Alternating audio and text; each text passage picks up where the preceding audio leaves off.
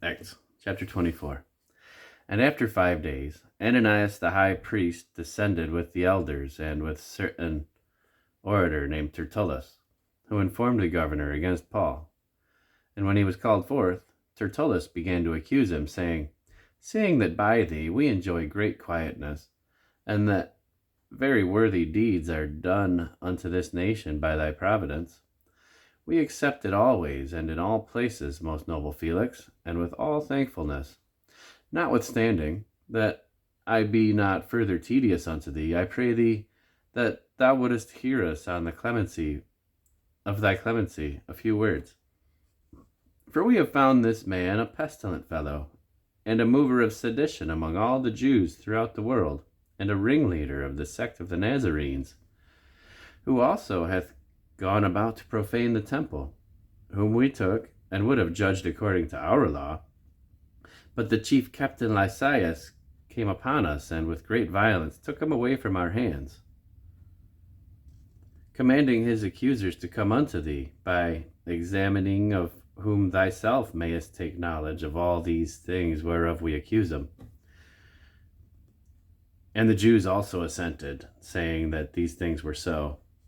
Then Paul, that after that the governor had beckoned unto him to speak, answered, Forasmuch as I know that thou hast been of many years a judge unto this nation, I do the more cheerfully answer for myself, because that thou mayest understand that there are yet but 12 days since I went up to Jerusalem for to worship, and they neither found me in the temple disputing with any man, neither raising up the people, neither in the synagogues nor in the city.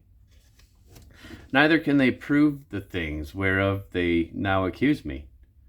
But this I confess unto thee, that after the way that which they call heresy, so worship I the God of my fathers, believing all things which are written in the law and in the prophets, and of hope toward God, which they themselves would allow, which they themselves also allow, that there shall be a resurrection of the dead, both of the just and unjust. And herein do I exercise myself, to have always a conscience void of offense toward God and toward men. Now, after many years, I came to bring alms to my nation and offerings, whereupon certain Jews from Asia found me purified in the temple, neither with multitude nor with tumult, who ought to have been here before thee, and object, if they had aught against me. Or else, let these same here say if they have found any evil doing in me, while I stood before the council. Except it be for this one voice that I cried standing among them, touching the resurrection of the dead, I am called in question by you this day. And when Felix heard these things, having more perfect knowledge of that way, he deferred them, and said, When Lysias the chief captain shall come down, I will know the uttermost of your matter. And he commanded a centurion to keep Paul, and to let him have liberty, that he should forbid none of his acquaintance to minister or to come unto him.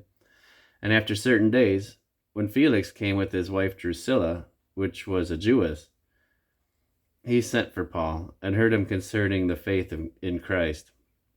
And as he reasoned of righteousness, temperance, and judgment to come, Felix trembled and answered, Go thy way for this time. When I have a convenient season, I will call for thee. He hoped also that money should have been given him of Paul, that he might loose him.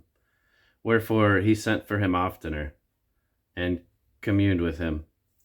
But after 2 years, Porcius Festus came into Felix's room, and Felix, willing to show the Jews a pleasure, left Paul bound.